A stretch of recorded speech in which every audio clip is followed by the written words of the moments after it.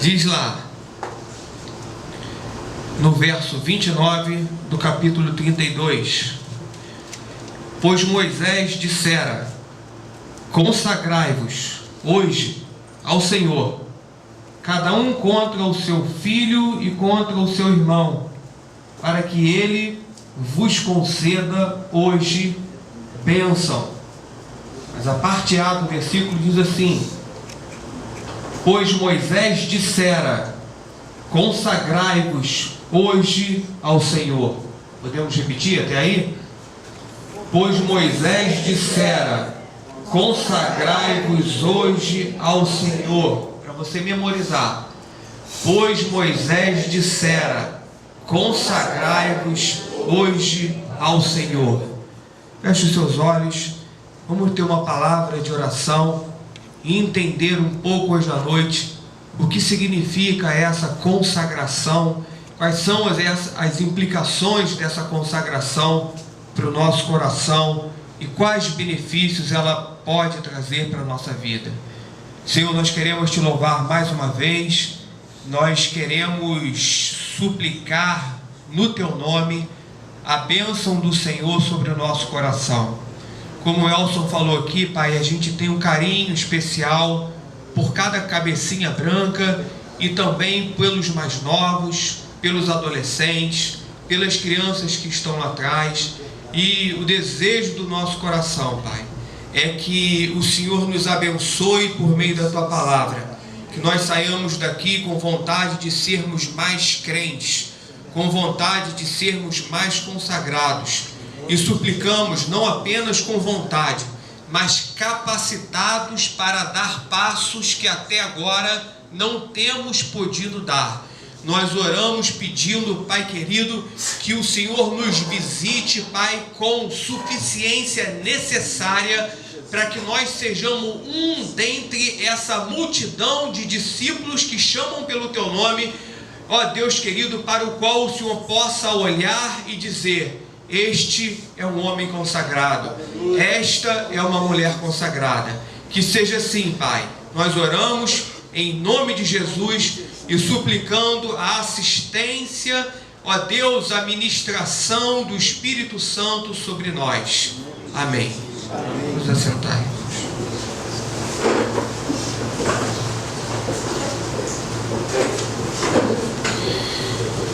Irmãos queridos, consagração é um dos temas, eu diria, mais importante para que a igreja continue sendo o que ela é.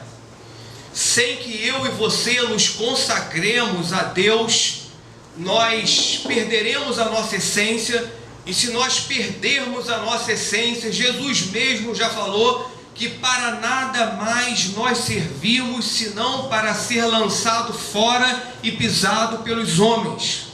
E a nossa consagração, ela não é apenas para que nós preservemos aquilo que Jesus nos fez ser, seus discípulos. Gente que nasceu de novo, gente que teve uma experiência com Deus, que teve uma transformação espiritual, que nasceu da morte para a vida. Mas nós vivemos num mundo em trevas.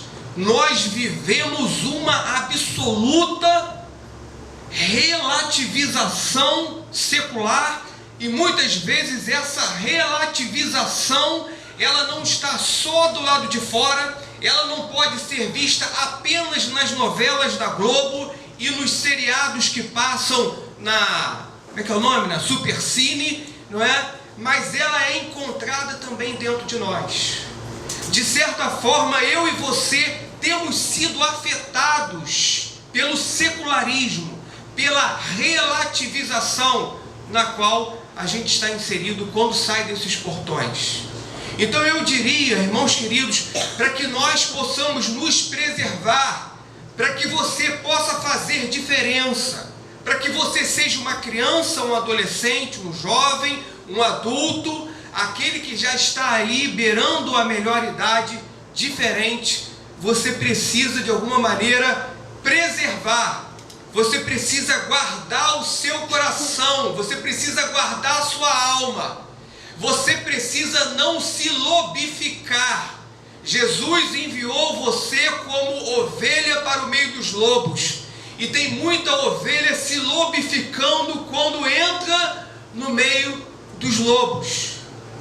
Mas não é para esse propósito que Deus nos enviou. Deus te enviou para que você possa, lá no meio dos lobos, se manifestar como ovelha e ter dele a provisão como ovelha, como pastor, para que você possa ser uma bênção do lado de fora. Irmãos queridos, consagração ou consagrar significa separar do uso comum. Significa você ser destinado para um fim exclusivo. É você ser eleito para de alguma maneira desenvolver um fim específico. E o Catecismo Menor da Igreja Reformada tem como resposta a sua primeira pergunta: para qual fim existe o homem? Você já se fez essa pergunta e você já encontrou essa resposta?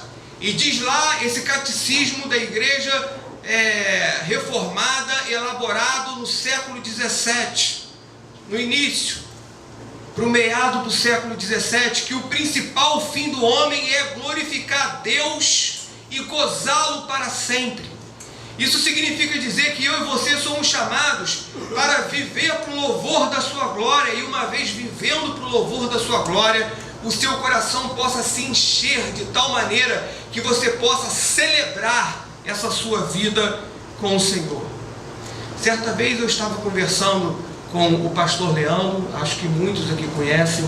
Ele é pastor da igreja litorânea, Betânia Litorânea, no Ingá.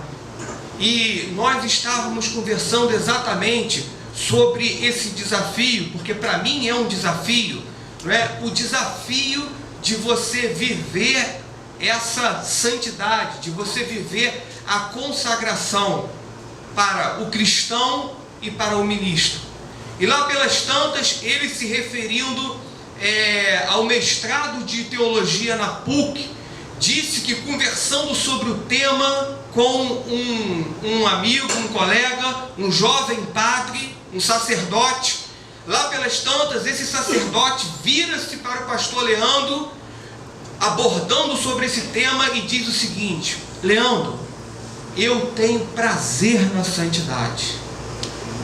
E o Leandro falou que quando ele falou isso, chegou a impactar o coração dele. Quando nós olhamos para a Bíblia, para as Escrituras, nós vemos largamente homens e mulheres que tinham como objetivo esse prazer, que tinha como meta essa satisfação de poder existir de tal maneira que glorificasse a Deus na sua vida. É aquela oração do Pai Nosso sendo praticada no curso da vida, no cotidiano: santifica o teu nome, santificado seja o teu nome na minha vida. Então, irmãos, quando nós olhamos para as Escrituras, homens e mulheres tinham como objetivo esse prazer e fizeram da consagração o princípio, o alvo essencial de suas vidas.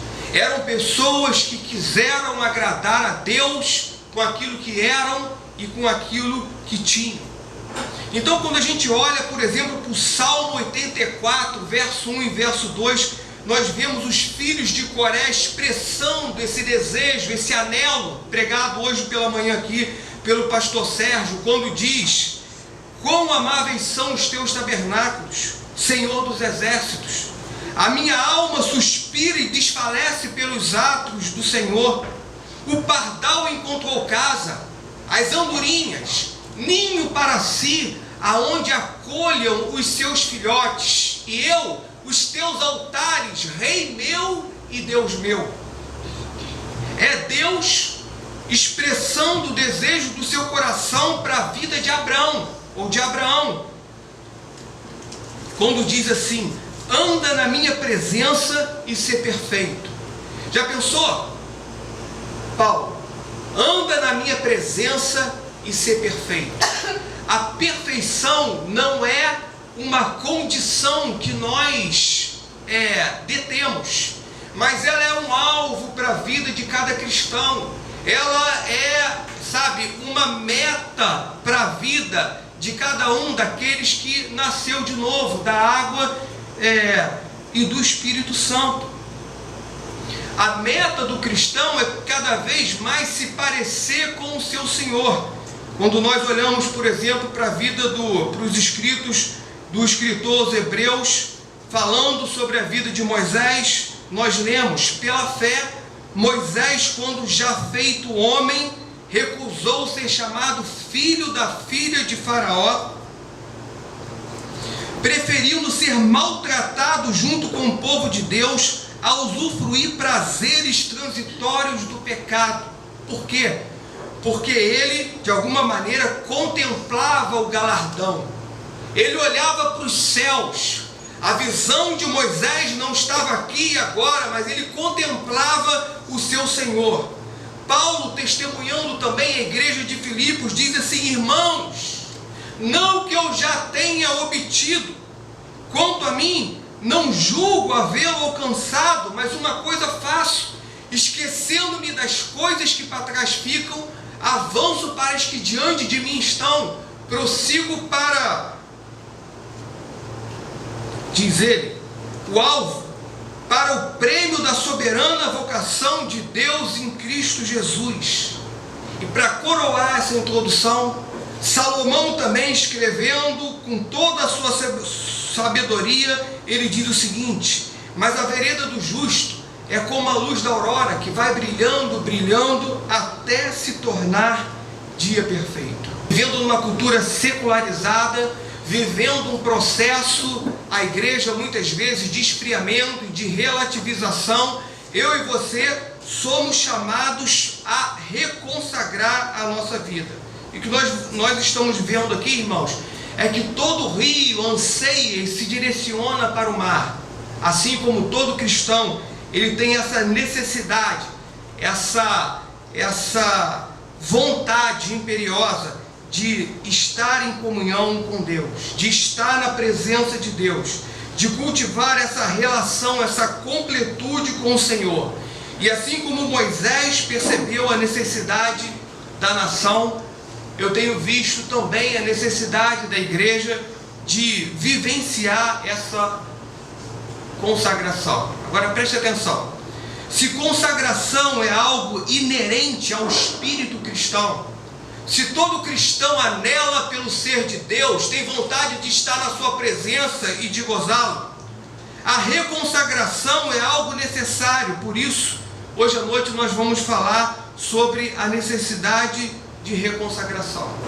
E eu quero então, irmãos, usar 3 perguntas para falar sobre esse tema da reconsagração. Primeiro o que consagrar? O que consagrar?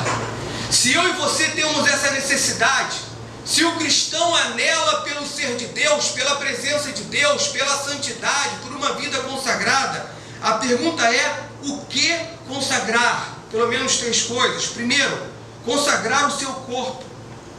Nós vivemos dias aonde se presta um culto ao corpo.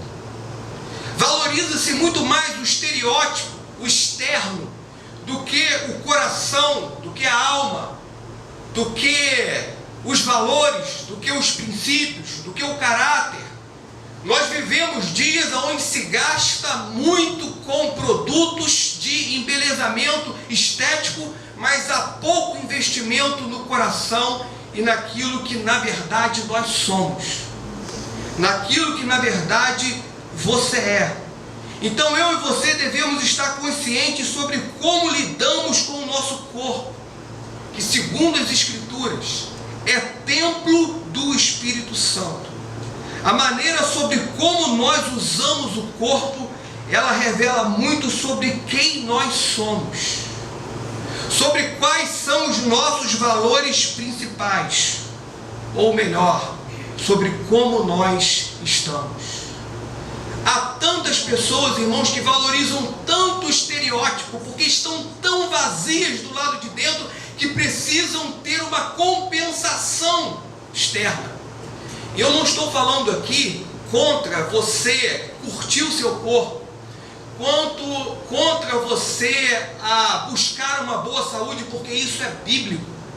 Você deve frequentar uma boa academia, você deve se maquiar, você deve de alguma maneira queimar as gorduras que necessitam ser queimadas, você deve buscar uma condição física boa, porque o seu corpo, ele é abrigo do Espírito Santo. Agora, nós devemos ver o que é que tem nos motivado. Qual é a razão, o fim último de nós investirmos tanto do lado de fora e deixarmos o nosso coração e a nossa alma tão carente de Deus? Mas eu e você precisamos consagrar o nosso corpo. Irmãos queridos, aquilo que machuca a sua alma, aquilo que infelicita o seu coração, muitas vezes vem por meio do corpo, por meio da utilização errada do seu corpo. Segundo lugar, você deve não apenas consagrar o seu corpo, mas também a sua mente, que alguns assemelham à nossa alma. São as expressões do eu. Na verdade, a mente e a alma é a morada dos pensamentos, e os nossos pensamentos são o que enche muitas vezes o nosso coração. E é por isso que o apóstolo Paulo vai dizer lá em Filipenses capítulo 4, verso 8: finalmente, irmãos, tudo que é verdadeiro, tudo que é respeitável, tudo que é justo, tudo que é puro, tudo que é amável, tudo que é de boa fama, se alguma virtude há, se algum louvor existe, seja isso o que ocupe o vosso pensamento. Vejam bem a atenção que o apóstolo Paulo dá para você zelar por aquilo que ocupa, por aquilo que preenche a sua mente. Porque aquilo que estiver dentro da sua mente, com certeza vai impulsionar as suas atitudes e vai mover o seu coração. É por isso que Jesus falou assim: olha, se os olhos da tua alma e da tua mente forem bons, todo o seu corpo será luminoso. Mas se os seus olhos forem maus, o teu corpo estará em trevas. Eu estava numa comemoração lá em Itaipava, no final de semana desses atrás aí, de um presbítero muito querido, e lá estava um graúdo da Petrobras, aposentado, acho que ele foi chefe do presbítero Bettini, que é uma sumidade na área dele de geologia. E lá pelas tantas, aquele senhor de cabelo grisalho, já cansado, aposentado, mas que contribuiu muito para o avanço de uma das maiores empresas que a gente tem no nosso país, ele me chamou no canto e falou como que no curso do trabalho, o Bettini afetou a vida dele com uma mente pura. Ele falou assim: esse rapaz aí é puro. E aí contou uma história para mim, aonde o Bettini virou para ele e falou assim: olha, você deve apreciar as mulheres sim, mas não com a mente que você tem. Ele falou isso para o chefe dele. Então, irmãos queridos, eu creio que nós estamos vivendo um momento aonde a gente precisa parar e repensar esse processo da reconsagração do nosso corpo e da nossa mente, porque aquilo que habitar a sua mente, com certeza vai habitar o seu coração, e não somente o corpo e a mente, mas as suas atitudes. As nossas atitudes expressam quem nós somos. Aquilo que eu faço diz muito sobre aquilo que eu sou. E muitas vezes, irmãos, a minha atitude pode não definir aquilo que eu sou, porque eu posso ser pego no contrapé, eu posso ter uma reação atípica. Isso é possível a mim e a você, mas na maioria esmagadora das vezes, aquilo que nós fazemos, aquilo que caracteriza as nossas atitudes, dizem muito sobre quem nós somos, sobre quem você é. Então, se você quiser conhecer um homem, se você quiser conhecer uma pessoa, diz aí o ditado popular: dá poder àquela pessoa. Porque através do poder, através das atitudes, você vai saber muito bem quem ela é. Quem é essa pessoa. E é por isso que o apóstolo Paulo, falando aos Colossenses, ele diz: tudo quanto fizerdes, seja em palavra, seja em ação, fazei-o em nome do Senhor, dando graças a Deus. E mais uma vez, tomando como princípio o versículo falado hoje aqui pela manhã: quer comais, quer bebais, ou façais qualquer outra coisa, fazei tudo para a glória de Deus. Isso me desafia. Isso me desafia no cotidiano da minha vida, ao lidar com pessoas. Eu estava aqui no momento do louvor, antes em casa, preparando essa mensagem durante todo o dia. Me veio uma pessoa ao coração, preparando essa mensagem, que eu preciso procurar. Não é fácil. Não é fácil.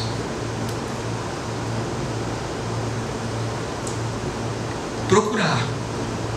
E no fundo, se eu fosse olhar pelo direito, se eu fosse olhar pela razão, eu diria assim: quem deveria me procurar é essa pessoa.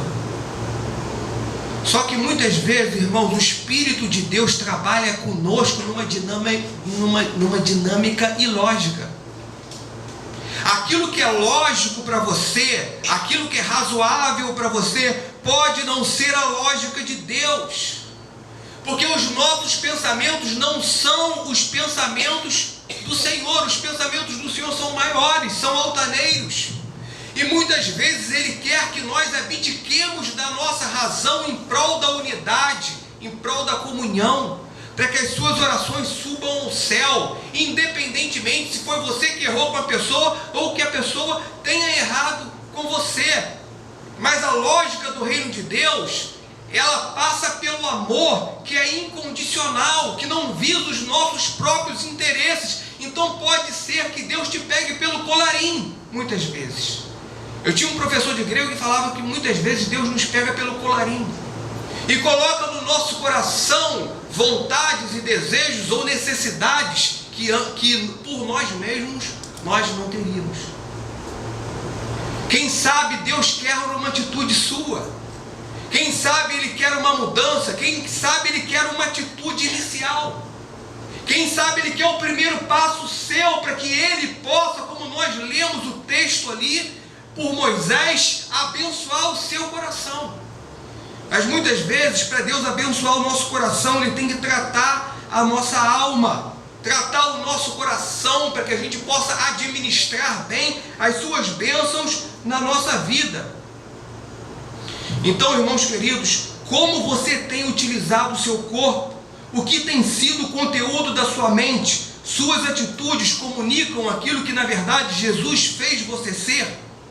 Em primeiro lugar, o que consagrar? Devemos consagrar o nosso corpo, devemos consagrar a nossa mente, devemos consagrar as nossas atitudes. Agora preste atenção. Talvez você fale assim: pastor, eu sei que eu preciso consagrar, mas a grande pergunta é: como eu vou conseguir consagrar minha mente? Você não sabe os meus conflitos mentais, você não sabe o conteúdo da minha mente, você não sabe como ela muitas vezes me leva a ter atitude que eu não gostaria de ter, você não sabe como que muitas vezes eu sou tentado a usar o meu corpo de forma que não glorifique a Deus. Então vamos à segunda pergunta: como se consagrar? Se nós devemos nos consagrar e sabemos o que devemos consagrar, a segunda pergunta é: como eu e você podemos nos consagrar? Não poucas pessoas têm esse desejo, mas muitas pessoas não têm conseguido. Essa é uma grande verdade. Outra coisa, irmãos queridos, importante dizer, é que muitas vezes nós começamos a nossa reconsagração. Preste atenção nisso, porque isso é muito importante. Talvez você tenha começado a sua reconsagração ou a sua consagração pelo lugar errado. Na maioria das vezes, você faz uma coisa e você então luta para externamente conseguir deixar de fazer aquilo, se abster daquele procedimento, daquela prática, daquela tendência. E aí você faz uma força incrível do lado de fora, tentando evitar aquele processo na sua vida. E muitas vezes esse esforço que você faz para parar com alguma coisa externa, que você sabe que não glorifica a Deus, ele acaba uma semana depois. 10 dias depois você já não consegue mais empreender o mesmo esforço externo para se abdicar daquilo que é contra a vontade de Deus para o seu coração. E eu já fiquei me autoanalisando e olhando para as Escrituras, tentando encontrar um caminho bíblico possível, porque às vezes a gente se envereda por caminhos que a gente não consegue manter. Deixa eu falar uma palavra, ele não é sustentável. Ele não é sustentável. Então a nossa questão aqui é arrumar um caminho possível de santificação, de reconsagração, que nos seja sustentável. E eu queria dizer para os irmãos que o lugar certo para você buscar ou iniciar a sua reconsagração é do lado de dentro e não do lado de fora. Por exemplo, eu sei que, deixa eu dar um exemplo aqui que talvez não seja o seu, tomara que não seja. Fumar é alguma coisa que me incomoda diante de Deus e prejudica profundamente o meu pulmão, pode me dar efizema pulmonar. Então você luta com o cigarro para tirar o cigarro da boca com todo custo, lá pelas tantas você se vê vencido pelo cigarro. Queria te dar uma dica, embora esse não seja o seu problema. Comece a se encher pelo lado de dentro. O apóstolo Paulo, ele dá uma dica preciosa, dizendo, irmãos, que nós não devemos nos embriagar com vinho no qual há dissolução. Farmacologicamente falando, o vinho produz ou tem uma substância depressiva. Fazendo um contraponto com o princípio ativo do vinho, Paulo fala do Espírito e diz, mas enchei-vos do Espírito. Porque é você se enchendo de Deus, e nós já vamos ver aqui como fazer isso, é que você vai conseguir ter vitória do lado de fora. Não comece pelo lado de fora, comece pelo lado de dentro. Se encha com a palavra, se encha de Deus através da oração. E talvez você se pergunte, como que eu posso me encher de Deus? Lá em Efésios capítulo 5, verso 18, Paulo fala, enchei-vos do Espírito. E nos versículos 19, 20 e 21, ele vai falar assim, como nós podemos nos encher do Espírito? Então, nós nos enchemos do Espírito, verso 19, falando entre vós com salmos, e entoando e louvando a Deus de coração ao Senhor. Irmãos, deixa eu falar uma coisa para vocês. O louvor e a adoração é um meio, assim, é um dos principais meios para você se encher de Deus, para você ter vitória contra o pecado. Durante a semana, várias vezes eu fico cantando os louvores. Quando vem alguma coisa que quer entrar na minha mente, abrigar o meu coração, eu começo a cantar os louvores que os irmãos têm cantado aqui. E aquilo vai me mudando, aquilo vai me transformando, aquilo vai me transformando. Daqui a pouco eu estou, ao invés de estar em guerra, eu estou louvando a Deus. Eu já estou numa outra dimensão, porque o louvor, ele nos ajuda, ele nos entoniza, ele nos eleva à presença de Deus. Você sai daquela dimensão rasteira e você é elevado à presença de Deus. Mas Paulo fala que além do louvor que nós devemos ter na nossa boca, falando entre nós com salmos e hinos, ele fala, dando sempre graças a Deus por tudo ao nosso Deus e Pai. Tem uma pessoa aqui na igreja que ela sempre fala, Cláudio, poderia estar pior. Às vezes você olha para a sua vida e fala, Senhor, eu não tenho isso, eu não tenho aquilo, eu não tenho aquilo outro. Mas ela sempre fala, poderia estar pior. Poderia ou não poderia?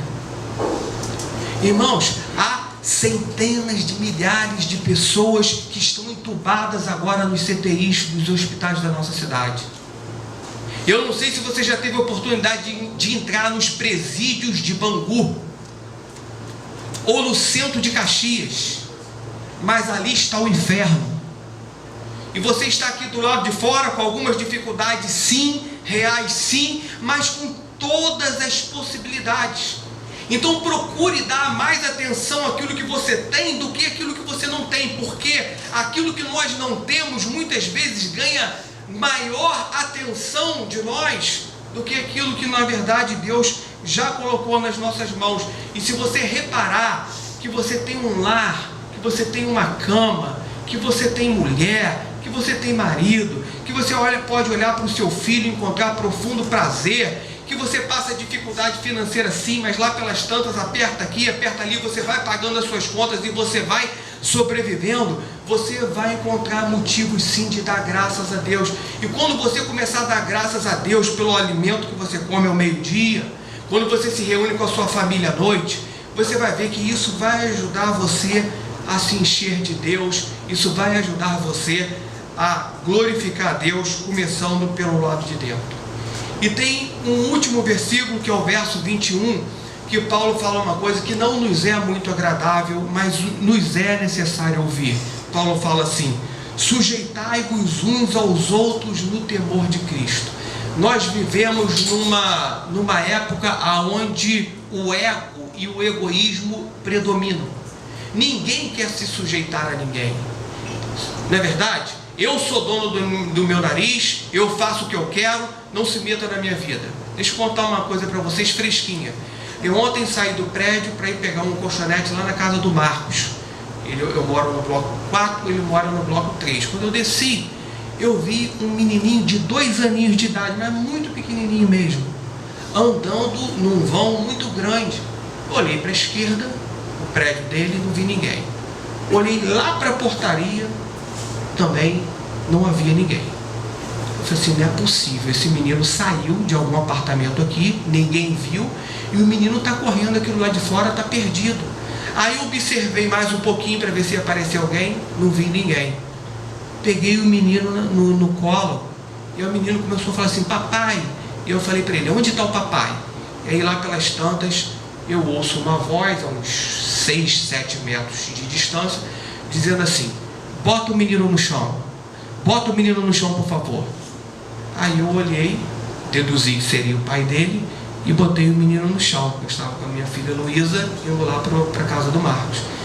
Aí eu falei assim: olha, você me desculpe, eu olhei que vi o menino sozinho, e pensei que ele estivesse fugido aqui de uma casa aqui, estivesse sozinho aqui, mas está aqui, e fui embora. Depois fui falando com a minha filha: que homem estúpido, que homem estúpido, é que ele não viu? Eu estou tentando aqui cuidar do filho dele, e ele estava dizendo que estava fazendo um teste com o filho. Então, meu amigo, faça um teste de maturidade também, para entender que eu não sei que você está fazendo um teste com o seu filho, e estou aqui tentando proteger uma criança que estava andando sozinha aqui. Mas nós vivemos num contexto como esse. Ninguém quer se sujeitar a ninguém, ninguém quer dar razão a ninguém, ninguém quer olhar para a vida do outro. Irmãos queridos, dessa maneira a gente potencializa os efeitos da carne e não do espírito. Mas Paulo fala no capítulo, na sua epístola aos Gálatas, capítulo 5, que há uma luta preponderante da carne contra o espírito e do espírito contra a carne. Nós vamos viver essa tensão até o fim da nossa vida. A pergunta é: a que você está satisfazendo? Ao espírito ou à carne? E há um autor inglês chamado Martin Lloyd-Jones, que uma vez ele escreveu que eu e você, a igreja, precisa aprender a matar a nossa carne de fome. O problema é que quando a gente recebe uma palavra, a gente quer reagir na carne. A gente não para. A gente não faz aquilo que o livro de Provérbios tanto nos ensina: fecha a nossa boca. Tiago também fala sobre isso, né? Usa a nossa língua através de uma maneira sábia. E dessa maneira nós não nos enchemos do Espírito. Mas se você se sujeitar ao outro, e ao outro se sujeitar a você, você pode estar se sujeitando a uma palavra de sabedoria, a uma palavra de conhecimento para a sua vida. Outra coisa, às vezes não é se sujeitar ao outro, mas é se sujeitar ao Espírito, aquilo que o Espírito Santo está falando ao seu coração. Eu duvido se você passar a se sujeitar ao Espírito, mesmo sendo através de uma perspectiva ilógica para você, se a bênção de Deus não vai chegar, se a paz de Deus não vai reinar. Vai reinar, porque você está dando lugar a Deus na sua vida e não a sua própria carne. Mas muitas vezes o que a gente faz? Aquela víbora, eu me sujeitar àquela víbora, aquela lacraia, aquele rinoceronte grosso, eu vou me sujeitar a ele. A Bíblia está falando assim: sujeitai-vos uns aos outros no temor de Cristo. É em Cristo. Se fosse para eu procurar quem eu estou pensando procurar fora do temor de Cristo, irmãos queridos, eu não iria. Mas se eu temo a Cristo e Ele reina sobre mim, Ele coloca no meu coração essa direção, então eu me sujeito a Ele, assim como também devo me sujeitar ao outro. Então, meu querido irmão, como que você pode se consagrar a Deus? Dá espaço a Deus na sua vida. Encha-se do Espírito Santo através da adoração, através das ações de graças e através da sujeição mútua que deve reinar na nossa vida. E terceiro e último lugar, quais são os benefícios da consagração, já que ela é tão importante para a minha vida e para a sua vida? Primeiro, a presença de Deus. Irmãos queridos, quando nós nos consagramos a Deus, nós então o sentimos na nossa vida. E uma das maiores necessidades que nós temos é de sentir a Deus, não apenas crer nele com a nossa mente, mas de senti-lo no nosso coração. E você poder, como Davi, dizer: tu estás comigo. O teu cajado, o teu bordão e o teu cajado me consolam. O Senhor está comigo. Eu estou passando esse processo físico, essa enfermidade, eu estou passando essa necessidade, eu estou inserido nesse contexto, mas Senhor, de uma coisa eu tenho certeza: o Senhor está comigo. E o teu bordão e o teu cajado me consolam, porque eles vão me direcionando. Habitarei na casa do Senhor para todo sempre. Vou sentar na presença dos meus adversários e vou jantar com paz, porque o Senhor vai me preparar uma mesa. O Senhor vai me ungir a cabeça com óleo, o meu cálice vai transbordar. O Senhor está comigo. Eu posso perder tudo, mas não perco a tua presença na minha vida. Segundo, você também vai ter paz. A paz é um benefício da nossa consagração. Meus irmãos, não existe nada pior do que não ter paz, do que não ter a paz. Pior do que não ter dinheiro, creia-me, é você não ter paz. Porque tem muita gente com o bolso cheio do dinheiro, como eu disse alguns cultos atrás aqui, se lançando do 11º andar, porque não tem paz. Agora você pode ir lá no alto do morro, ver um irmãozinho seu que trabalha varrendo rua a noite inteira, virando concreto a semana inteira, morando, sabe, debaixo de um telhado de zinco, mas saindo da casa dele com a biblinha dele debaixo do braço, com o coração cheio de paz, porque anda na presença de Deus, porque consagra a sua vida a Deus. De madrugada aquele irmão está lá dobrando o joelho e orando, crendo que Deus o ouve. Está passando por uma necessidade, ele está lá crendo que muito pode a oração do justo por causa da sua eficácia. Surge um problema, ele lembra da palavra de Deus que diz: pedi e dá-se-vos-á, buscai e achareis, batei e abrir-se-lhe-á. Ele está ali, na presença de Deus, com paz no coração. Terceiro, ele tem um testemunho eficaz. As pessoas que convivem com esse irmão são pessoas abençoadas. Esse irmão sempre tem uma palavra que transmite graça. Ele sempre tem uma atitude acolhedora. Ele sempre é misericordioso com aqueles que sofrem, com aqueles que muitas vezes erram pelo caminho. Vocês já viram como existem pessoas grossas que aquela cana já está quebrada, mas o cidadão tem uma competência especial para acabar de esmagá-la. Aquela torcida já está fumegando, o fogo está bisbilhotando assim, está quase apagando, o cidadão chega e acaba de apagar. O cidadão está mal, e às vezes a gente, ao invés de servir, sabe, de um elemento de misericórdia, de aceitação, você acaba de destruir aquele que já está destruído. Agora vejam bem, irmãos, gostaria que você que tem as escrituras na mão, para a gente terminar, abrisse lá no Salmo 67. Veja o que diz o Salmo 67, dentro dessa perspectiva de você ser um testemunho eficaz. Salmo 67. A palavra de Deus vai dizer assim, olha lá: seja Deus gracioso para conosco e nos abençoe, e faça resplandecer sobre nós o rosto, para que se conheça na terra o teu caminho e em todas as nações a tua salvação. Louvem-te os povos, ó Deus, louvem-te os povos todos. Alegrem-se e exultem as gentes, pois julgas os povos com equidade e guias na terra as nações.